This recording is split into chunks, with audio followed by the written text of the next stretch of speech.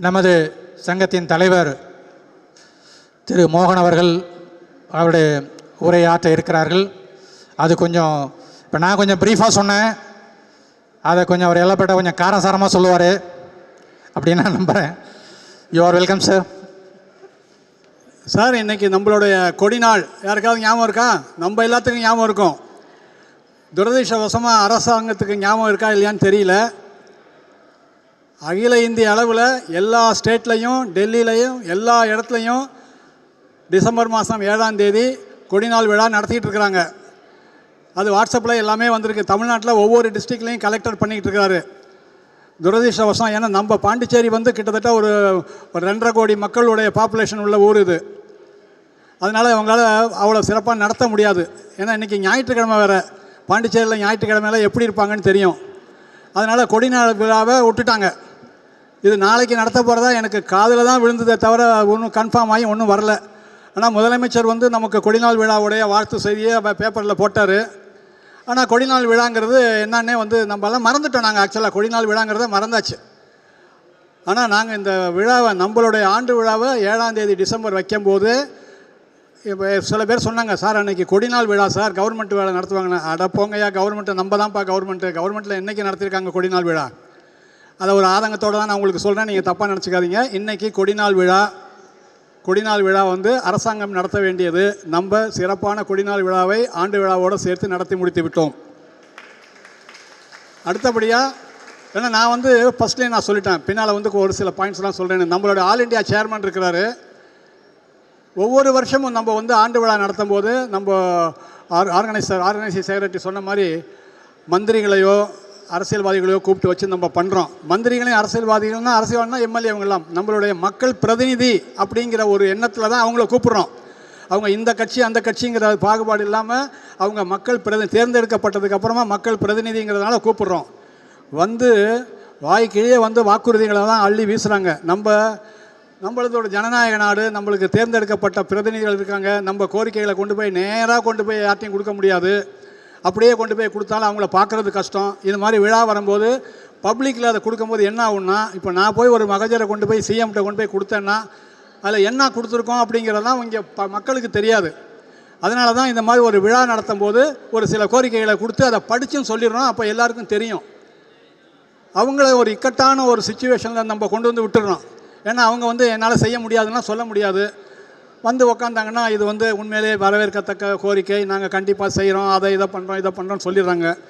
நம்ம கோரிக்கைங்கிறது எதுனா, அரசாங்க சட்டத்திட்டத்தில் வரது வந்து அது நார்மலாக நடக்க வேண்டும், நடந்துக்கிட்டு இருக்கோம்.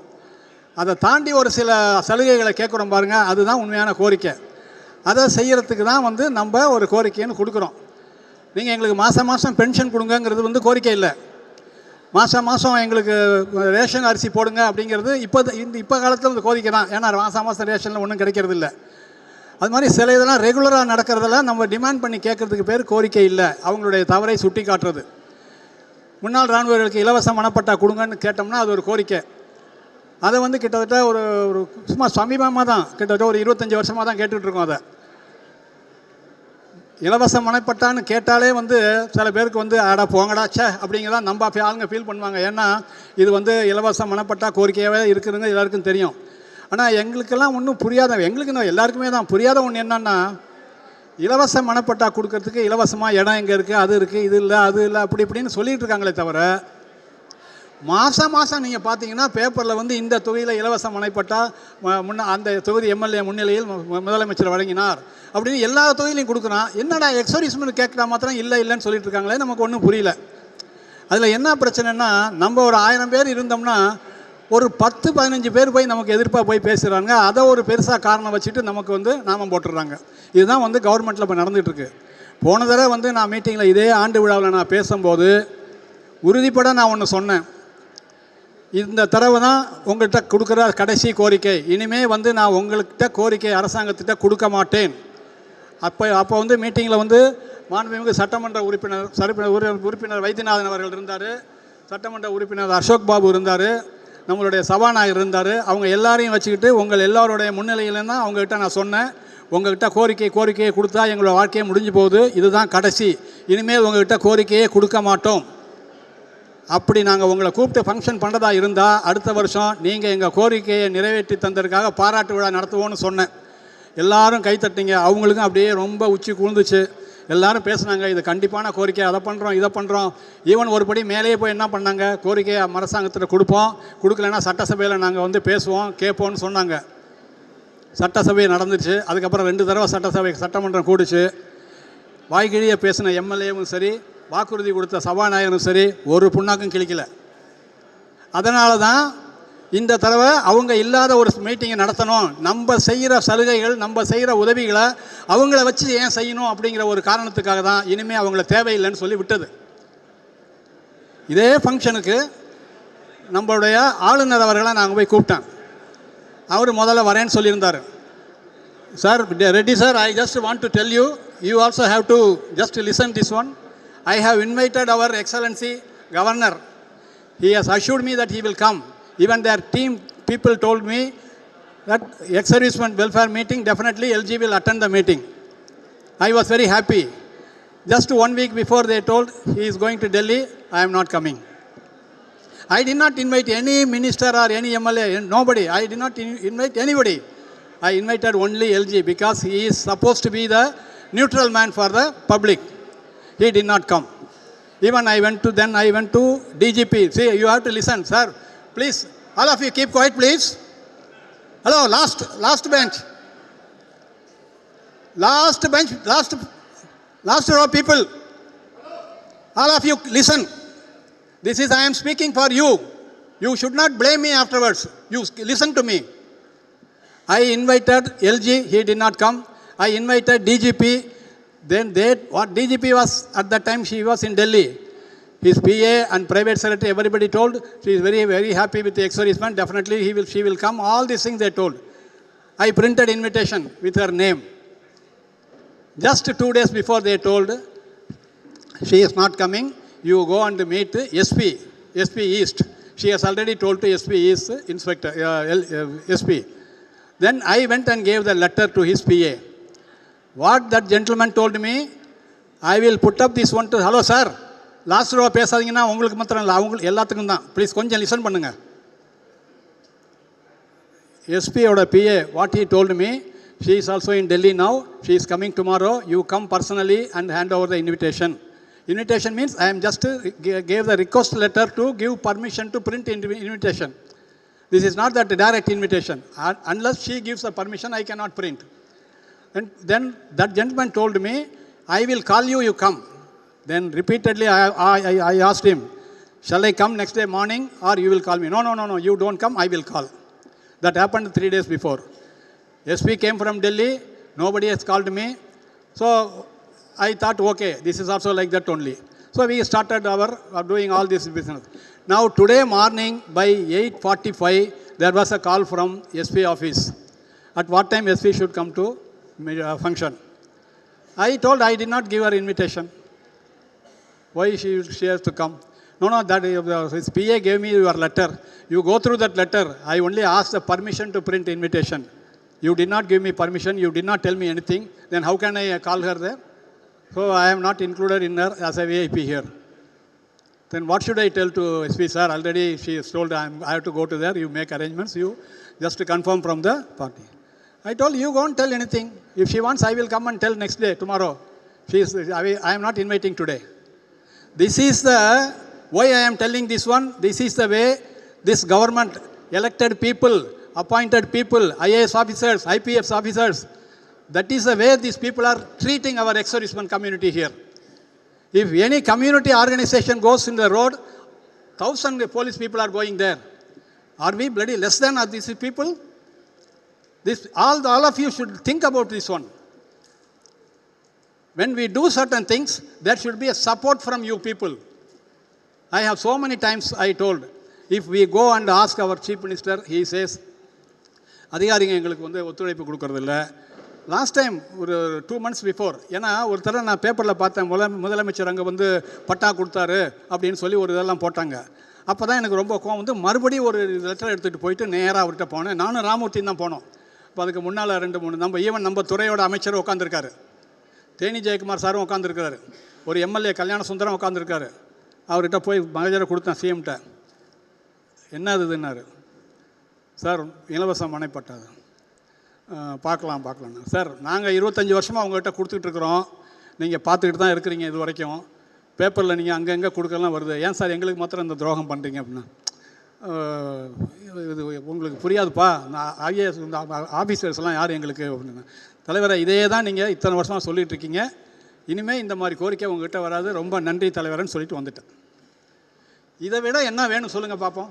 இதை விட நம்ம வேறு என்ன செய்ய முடியும்? ஒரு கட்சிக்காரங்களோ இல்லை ஒரு கம்யூனிட்டி ஆர்கனைசேஷனோ ஒன்று பண்ணாங்கன்னா எல்லாம் பயப்படுறாங்க. நம்மளால் யாரையாவது பயமுறுத்துகிற அளவுக்கு செய்ய முடியுதா? நம்மளால் ஒன்றும் செய்ய முடியலை. ஏன்னா நம்ம ஒரு டிசிப்ளினாக வந்துட்டோம். ரோட்டில் போய் நின்றுட்டு சண்டை போட வேண்டாம் அப்படிங்கிறதெல்லாம் வந்துட்டனால நம்ம மேலே எல்லாம் மிளகா அரைக்கிறாங்க. இன்றைய நிலைமையில் பாண்டிச்சேரியை பொறுத்த வரைக்கும் எக்ஸ் சர்வீஸ்மேனுக்கு எந்த விதமான சலுகைகளும் உதவிகளும் கிடைக்காது. நம்மளுடைய சைனிக் போர்டு நிர்வாகம் அது மாதிரி தான், நமக்குன்னு இருக்கிற வெல்ஃபேர் டிபார்ட்மெண்ட்டும் அது மாதிரி தான். நம்மளுக்காக நடத்த வேண்டிய ஒரு கொடி நாளையே இந்த சைனிக் போர்டால் 7ஆம் தேதி நடத்த முடியலன்னா அப்புறம் என்ன புண்ணாக்கு அவங்கெல்லாம் வேலை செய்கிறாங்க? அங்கே என்னத்துக்கு வேலை செய்யணும்? மூடிட்டு போக வேண்டியதானே? இந்த டிபார்ட்மெண்ட்டே வேணான்னு விட்டு போயிடலாம்ல. 7ஆம் தேதி ஒரு கொடி நாளை நடத்த முடியலன்னா என்னத்துக்கு பண்ணணும்? இது ஞாயிற்றுக்கிழமைங்கனால நடத்த மாட்டாங்க அப்படின்னு 2-3 வருஷம் அப்படி தான் செய்கிறாங்க. ஜனவரி 26 ஞாயிற்றுக்கிழமை வந்தால் ஜனவரி 26 கொடி ஏற்றுறது இல்லையா? ஆகஸ்ட் 15 ஞாயிற்றுக்கிழமை வந்தால் கொடி ஏற்றுறது இல்லையா? இது என்ன எக்ஸ் சர்வீஸ்மேன் கொடி நாள் விழா மாத்திரம் இது ஞாயிற்றுக்கிழமை இன்றைக்கி முடியாது. ஒரு தடவை நான் சொல்கிறது ஒரு 5 வருஷத்துக்கு முன்னால் டைரக்டர் அப்போ ஒரு சிவிலியன், அவங்க வீட்டில் ஏதோ ஒரு டெத் இருந்ததுன்னு சொல்லி அதுக்காக கொடி நாள் விழாவே மாற்றி அந்த வருஷம் நடத்தவே இல்லை. அதுக்கப்புறம் நம்மளோட உறுப்பினர் ஒருத்தர் ஆர்டிஐ போட்டு கேட்டப்போ டிசம்பர் மாதம் 25ஆம் தேதி கொடி விழா நடத்தப்பட்டதுன்னு லெட்டர் கொடுக்குறாங்க. யோசனை பண்ணி பாருங்கள், 25 டிசம்பர் கிறிஸ்மஸ். இதெல்லாம் நம்ப முடியுமா? ஒரு கவர்மெண்ட்டில் இருக்கிற ஒரு ஐஏஎஸ் ஆஃபீஸர் கையெழுத்து போட்டு ஒரு பதில் கொடுக்குறாரு 25ஆம் நடந்தாங்கன்னு. இதெல்லாம் எங்கே நடக்கும்? பாண்டிச்சேரியில் தான் நடக்கும். இந்த மாதிரி ஒரு இதுதான் நடக்குது. My respected president sir, chairman sir, this is for you. You should direct means it is not direct. You should go inform our Kendriya Sainik Board secretary to visit Pondicherry and do something for this welfare department here. This is welfare department is good for nothing.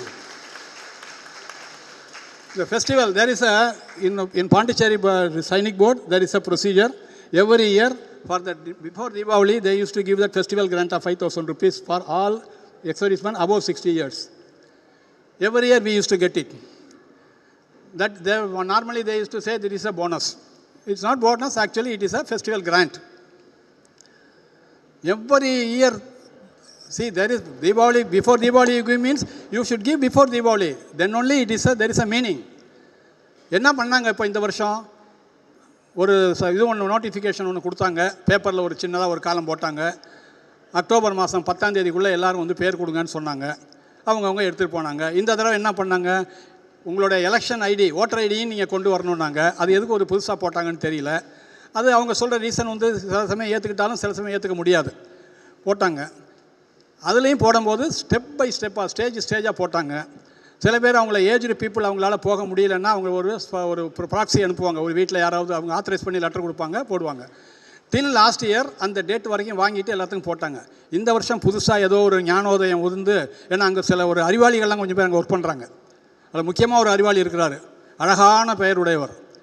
அந்த அறிவாளிக்கு என்ன தோணுச்சோ தெரியல, 10ஆம் தேதி வரைக்கும் கொடுத்ததில் யார் நேரடியாக வந்தாங்களோ அவங்களுக்கு மாத்திரம் போட்டாங்க எல்லாத்துலேயும். அதுலேயும் கொஞ்சம் பேருக்கு போடாமல் இருந்து சண்டை போட்டு போட்டாங்க. அதாவது பேர் தப்பாக இருக்குது, அது தப்பாக இருக்குதுன்னு. இந்த ப்ராக்ஸி கொண்டு போய் கொடுத்தாங்க இல்லையா, இவன் எங்கள் உடம்பு சரியில்லை எங்களால் வர முடியாதுன்னு, இன்னைய வரைக்கும் போடல, இந்த டேட்டு வரைக்கும் போடல. எத்தனை தடவை நான் உங்களுக்கு வாட்ஸ்அப் மெசேஜ் கேட்டிருக்கேன், யார் யாருக்கெல்லாம் என்ன வரலையோ பேர் சொல்லுங்கன்னு, யாருமே என்கிட்ட சொல்லலை. ஆனால் கிட்டத்தட்ட 15-16 பேருக்கு இது வரைக்கும் போடலை. நேற்று நான் ஃபோன் பண்ணி கேட்டப்போ இன்றைக்கி தான் சார் போட்டிருக்கோம் அப்படின்னு சொன்னாங்க. என்ன யூஸ் சார் நமக்கு சைனிக் போர்டு இருக்கல? என்ன சார் இது கவர்மெண்ட்டோடைய பட்ஜெட் பணம் கிடையாது. பொதுமக்கள் இப்போ நம்ம பெங்களூர்லேருந்து வந்திருக்காங்க, அவங்கெல்லாம் கொடிநாள் நிதிக்கு பெங்களூரில் கொடுப்பாங்க. இங்கே எவ்வளோ பேர் கொடிநாள் நிதி கொடுக்குறாங்க, ஜிப்மர் ஸ்டாஃபுங்க எவ்வளோ கொடுக்குறாங்க, ஆர்டிஓ ஸ்டாஃப் கொடுக்குறாங்க, எல்லாம் கொடிநாள் நிதி. அந்த கொடிநாள் நிதி எதுக்கு கொடுக்குறாங்க? நம்மள மாதிரி ஆளுங்களுக்கு ஹெல்ப் பண்ணுறதுக்காக கொடுக்குறது தான் கொடிநாள் நிதி. அந்த கொடிநாள் நிதியிலேருந்து நீங்கள் கொடுக்கறதுக்கு ஏன் இவ்வளோ அழுவுறீங்க? நீங்கள் பட்ஜெட்டுன்னா நீங்கள் சொல்லுங்கள், பட்ஜெட்டில் அப்ரூவ் பண்ணல, அது பண்ணலன்னு. கொடிநாள் நிதியை சேர்த்து வச்சுட்டு நீங்கள் என்ன பண்ண போகிறீங்க? நீங்கள் பாண்டிச்சேரியில் 15 கோடி ரூபா சேர்த்து வச்சுருக்காங்கன்னா அதுக்கு ஒரு ஷீல்டு வாங்கிட்டு வந்து அழகுபடுத்தி பார்த்துக்கிட்டு இருக்கீங்களே தவிர அந்த 15 கோடி ரூபா எதுக்காக கொடுத்துருக்காங்க? நம்மளை மாதிரி எக்ஸர்வீஸ்மேன் ஏஜ்டு பீப்புள், இந்த மதுரையப்பன் ஒருத்தர் வந்தார், அவரால் நடக்கவே முடியாது. அவருக்கு ஏதாவது ஒரு பைசா உதவி இருக்குமாங்க? இந்த கொடிநாளில் மாதம் 12,000 ரூபா பணம் கொடுக்குறாங்க. அதை தவிர எதையாவது அவங்களால செய்ய முடியுதா? இதனால தான் நாங்கள் என்ன டிசைட் பண்ணோம், இனிமேல் இந்த களிமண் சைனிக் போர்டை பற்றி நம்ம எதுவுமே பேச வேண்டாம். நம்மளால் முடிஞ்ச வரைக்கும் எக்ஸர்வீஸ்மேன், விடோஸு, ஏஜ்டு பீப்புளுக்கு நம்மளால் முடிஞ்ச வரைக்கும் ஹெல்ப் பண்ணுவோம். 4 பேருக்கு வந்து எஜுகேஷன் அவார்டு கொடுத்தாங்க, 4 பேரோ 5 பேரோ. இப்போ வந்து சட்டசபை கிடையாது, எந்த விதமான ஃபங்க்ஷனும் கிடையாது. இந்த போன வாரமும் அதுக்கு முதல் வாரமும் வந்து இந்த சைனிக் போர்டு மூலமாக கொடுத்த எஜுகேஷன் அவார்டு வாங்கினவங்க யாராவது இருக்கீங்களா? இங்கே அவங்க ஃபாதர் யாராவது இருக்காங்களா? நைட்டு 8 மணிக்கு மினிஸ்டரோடைய ஆஃபீஸில் கொடுக்குறாங்க.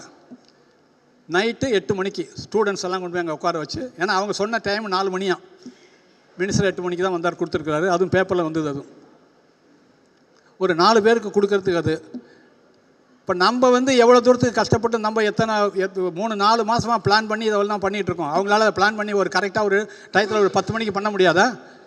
இதை என்னத்துக்கு நீங்கள் கொண்டு போய் மினிஸ்டர் கையில் கொடுக்கணுன்னா, அவருக்கு அந்த இன்ட்ரெஸ்ட் இருந்ததுன்னா அவர் காலையில் எல்லா ப்ரோக்ராமையும் கேன்சல் பண்ணிவிட்டு எக்ஸர்வீஸ்மேன் பிள்ளைங்களுக்கு கொடுக்க வந்துருக்கணும். அதை விட்டுட்டு அவர் தொகுதிக்கு போகிறேன், அதுக்கு போகிறேன், இதுக்கு போகிறேன்னா எதுக்கு இந்த பிள்ளைங்களெல்லாம் அங்கே நிற்க வச்சுருக்கீங்க பேசாமல்? அது ரொம்ப தப்பு இல்லையா? அது Chairman sir, my humble request on behalf of our people here, next time when you go to Delhi, you just advise our Kendriya Sainik Board Secretary to make a visit to Pondicherry and call the ex-servicemen. I will organize a meeting here. I will bring 1,000 ex-servicemen here. Let him come and take the grievances from them and make some action against this Sainik Board department here.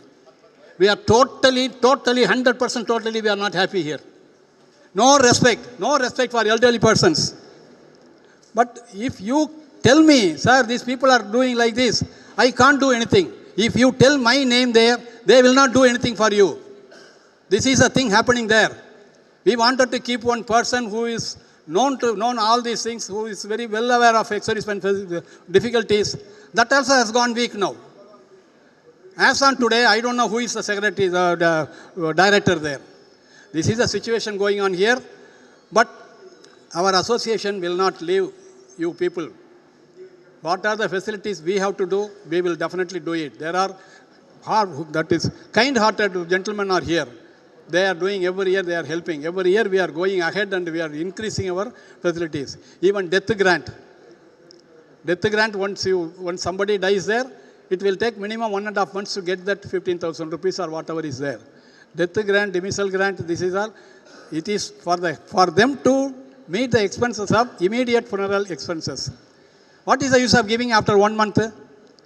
So what we have thought, okay, it is a government, they can give even 1 lakh or they can give even 10,000.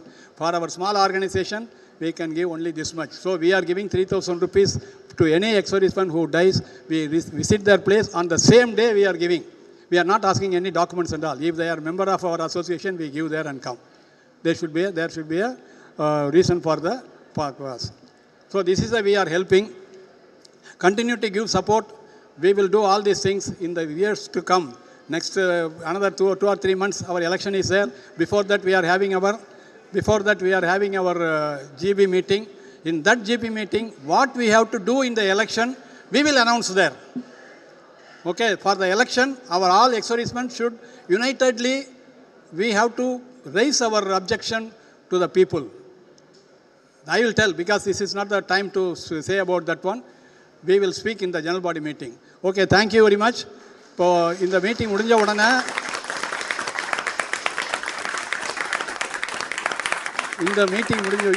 இப்போ sir அடுத்தது chief guest பேசுவார். அது பேசி முடிஞ்ச உடனே, ஏன்னா இப்போ time ஆகிடுச்சு, நீங்கள் எல்லாம் சாப்பிட்டுட்டு, நான் முன்னால் சொல்லியிருந்தது வந்து இது முடித்த உடனே குழுக்கள் ராஃபில் ட்ரா போடுறதா இருந்தோம். பாதி பேர் சாப்பிட போயிட்டாங்க, அதனால் அவங்க இருக்க முடியாது. அதனால் நீங்களும் போய் சாப்பிட்டுட்டு வந்துட்டிங்கன்னா ராஃபில் ட்ரா பண்ணிவிட்டு உடனே கிஃப்ட் டிஸ்ட்ரிபியூஷன் பண்ணிடலாம். இது வரைக்கும் பொறுமையாக இருந்ததுக்கு ரொம்ப சந்தோஷம். எனக்கு நல்லா ஞாபகம் இருக்குது, 2021 வந்து நம்ம 1971 வாரோட 50வது பொன் விழா நடத்தும் போது சிஎம் பேசிகிட்டு இருக்கும்போது எல்லாம் எழுச்சி போயிட்டாங்க. ஏன்னா நம்ம கொடுத்த டைம் அவருக்கு 10 மணிக்கு, வந்தது 11:45 மணிக்கு. நம்ம அது சொல்லிட்டு தான் அவருக்கு கூப்பிட்டுருந்தோம், எல்லாம் வயசானவங்க சாப்பிட போயிடுவாங்கன்னு. அதை பற்றி அவருக்கு டோன்ட் கேர். அவர் அதை பற்றியெல்லாம் கவலைப்பட மாட்டார். இவன் 4 பேர் இருந்தால் கூட பேசிட்டு போயிடுவார். அதனால் இது வரைக்கும் நீங்கள் இருந்து ரொம்ப சந்தோஷம். கொஞ்சம் இன்னும் ஒரு 10 மினிட்ஸ் நம்ம சேர்மன் இப்போ பேசுவார். பேசுனதுக்கப்புறமா ஆஃப்டர் ஜனகணமன பண்ணதுக்கப்புறமா நீங்கள் போய் சாப்பிட்டு வந்துடுங்க. we will take another 15 minutes, then we will proceed our other functions. Okay, thank you very much. Let us meet during April. Let us meet on our annual committee meeting. Okay, thank you.